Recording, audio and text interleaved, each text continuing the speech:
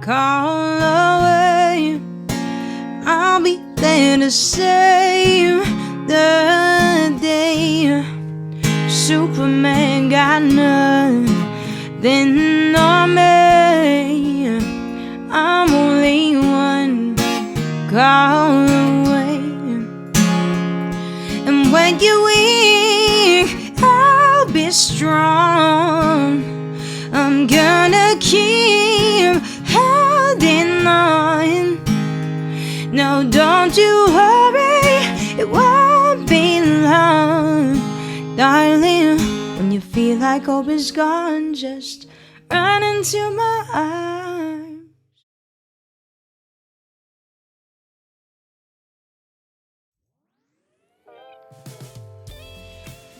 Welcome everybody to part 6 of Behind the Interlude album and episode 16 of the music vlog Covers Off the Street. So thank you guys so much for voting. One Call Away is definitely really fun to play on the street. Especially just like when I want to jam out and like no one's listening. Like that one's really, that's one of my fun ones for sure. Especially if I'm like feeling chill and I like want to play something good, but I don't feel like going crazy. Like I like playing that one. So thank you guys for choosing that. Alrighty, so we talked about funding and how it never came and I never got it. But while this was all happening, I decided, even though this isn't happening right now, or we don't know if I'm gonna get anything, I want to move forward with the fun things, the things I should be focusing on. And so my really good friend Melissa Johnson, who, oh my goodness, the way we met was so funny. So she's a friend of mine, and back when I was doing some acting stuff, we met on a set. We were both called in really last minute to this show. I think it was like when YouTube TV was really becoming a thing. I think it's still a thing, but it was like really becoming a thing. And so there was this high school we were both called to. We're supposed to be like featured background or featured like girls for some scene, and so but there were 2 separate shows, same network, same everything, at the same high school, and one of them has signs and one of them didn't. The one that didn't have signs was the one that we were supposed to be at. And so like both of us found each other on the set and we're just hanging out all day. And they just held us the whole day, and we kept saying, we just want to make sure, like we're supposed to be here for this. And like they were just like, no, sit down, wait, we'll call you. And we're just like, okay. So like that's how we became friends, and it was really funny. Melissa has been getting a bit into, or should I call her Melly J photography? That's what she's known as for her photography side. Melly, she does a lot of really great photography on the side of doing her acting, and she acts and directs and produces her own stuff, and she's amazing. So go check her out if you haven't already. But yeah, so she reached out and she said, hey, I'd love to be a part of your album, and I'm working on my portfolio, and I'd love to just be a part of the creative process. I'd love to do photos for you. So I was like, oh my goodness, thank you so much.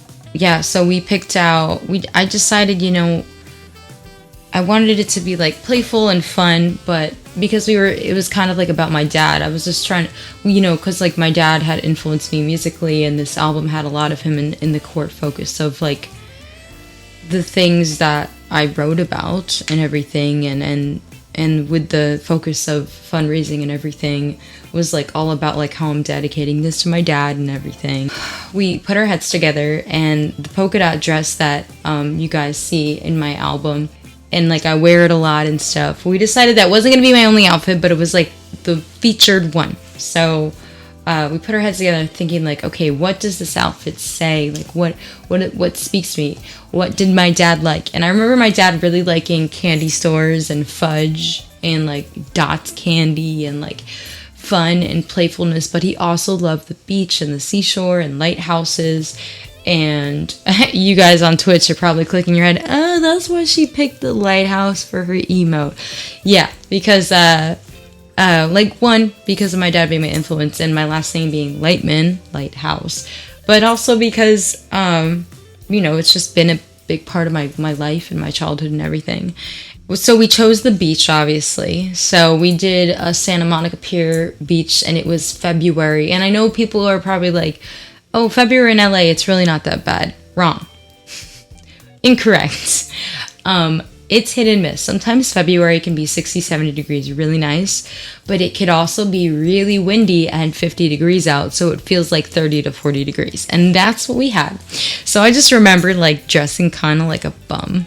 I had like these really faded Uggs on with like sweatpants underneath my red polka dot dress, and then I had like whatever coat I had, sweater, like wearing it over, and I had these like 2 shopping bags, so you know, it was just really funny.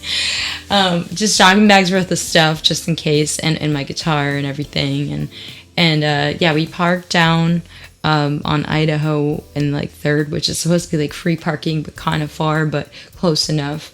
So we like wheeled all my stuff down on this little cart and her stuff. I had like a blanket, and we just like played around, and it was a lot of fun, but man, was it chilly. It was chilly. And then especially because you're by the ocean front, the wind from the ocean just like whew, and like, so it's like, yeah, you can say, oh, you live in LA, like don't be a sissy, whatever, but like no, honestly, it was chilly. And maybe it's because I run cold, I don't know, but it was a chilly day, so it was funny holding poses and just like trying not to shiver, and it's like, you know, 30, 40 degrees out. But yeah, we had a lot of fun. The other location that we chose together, we were like thinking like, oh, something with candy, like a candy store, something playful. And you know, this was my cousins and I started to call it this BC, before COVID. Some people call it before Christ, but like I'm calling it before BC, before COVID. So this was before then. This was early 2019 when we were doing all this. And so yeah, we worked in like February. We did like a couple different meetups. The first one, we just met up to go to like Target and get some decorations, because she said, you know, maybe lifestyle, like maybe some in your house, and just to show your writing process and maybe where you wrote. So there was like, we took a couple photos of me, you know, laying on my couch and just like writing, and we decorated the walls with all this stuff. And she said, you know, we can return this all after, you know, if you don't want to keep this stuff, like we just hung it up. And I said, no, I like it, let's keep it. So like now I just have this stuff hanging on my wall. You guys have seen it, because my first I want to say 10 or so episodes of the music vlog featured my living room, which is where those are. Whoopsie. Yeah, so we had a lot of fun, and then after we did my apartment, we picked out like a couple different outfits, and you know, everything, when you look at a lifestyle shoot, everything looks really, it doesn't look superposed, it looks supernatural, it looks unplanned, candid, which is like what a good photographer does. But it's very well planned. Like we think of like, oh, what about that spot? Oh, the lighting looks good over there. What if we put this on the wall, but not put it this way because it doesn't want to look a little too like clustered, but like we want the vibe to be this and the colors to be that. So like that's kind of like what a lifestyle shoot is like. And then picking out my clothes and everything, we based the colors of everything off of that too. You know, I didn't want anything too busy. There were also some candid shots I did because of like the time I spent working at the cafe.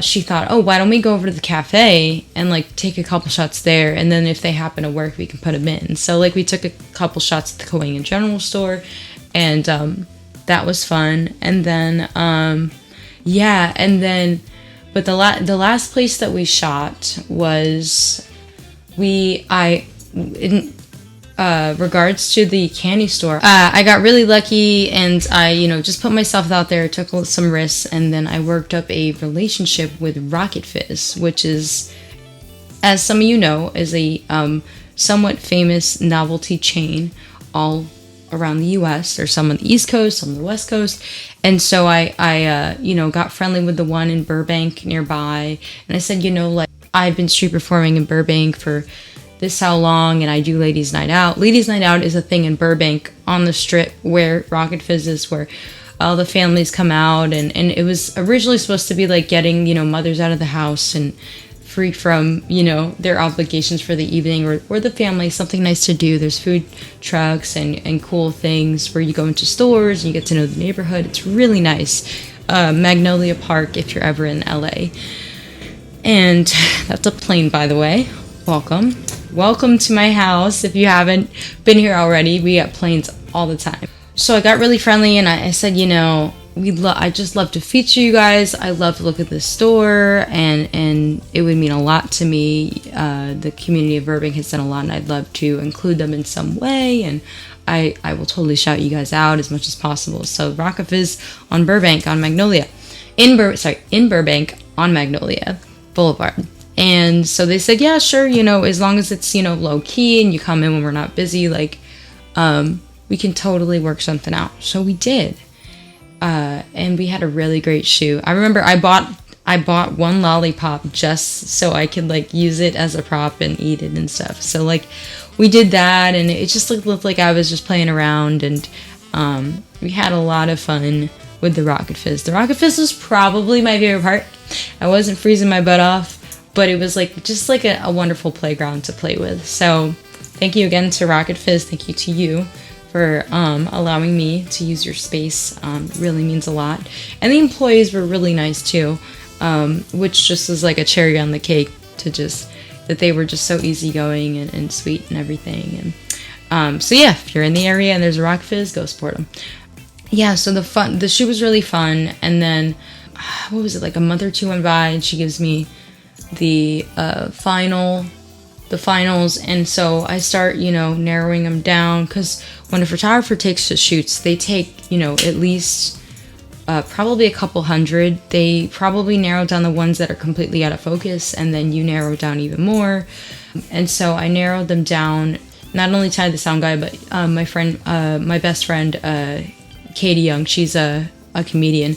We narrowed them down together. We all just were like, oh, this one looks good, and I think that one looked good, and this one reflects you, and so we just sort of narrowed them down all together, and chose the cover, and I chose the back and everything.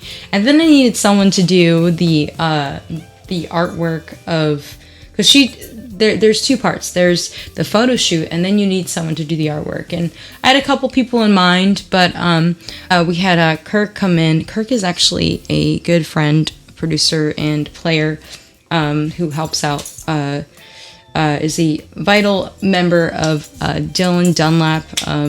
He's a friend of his and band and stuff, and I had heard him talk about him and how he was really great with their work. So I hit him up and I was like, hey, you want to do my artwork?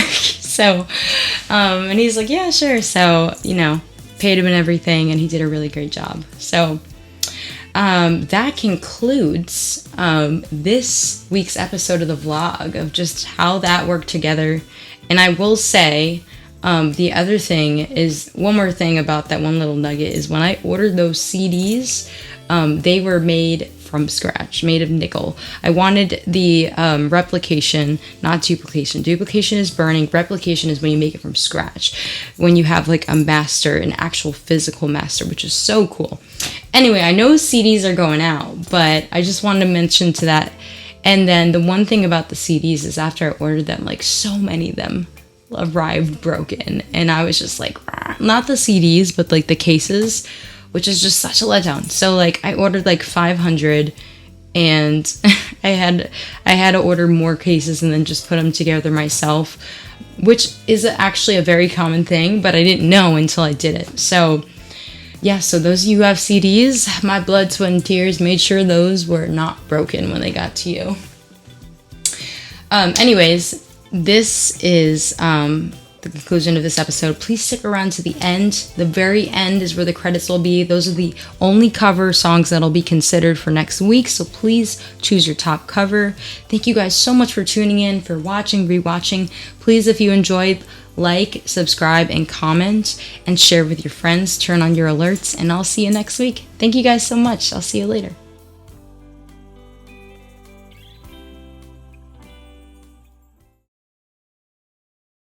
Thanks for watching. Please consider supporting Sarah Lightman on Patreon.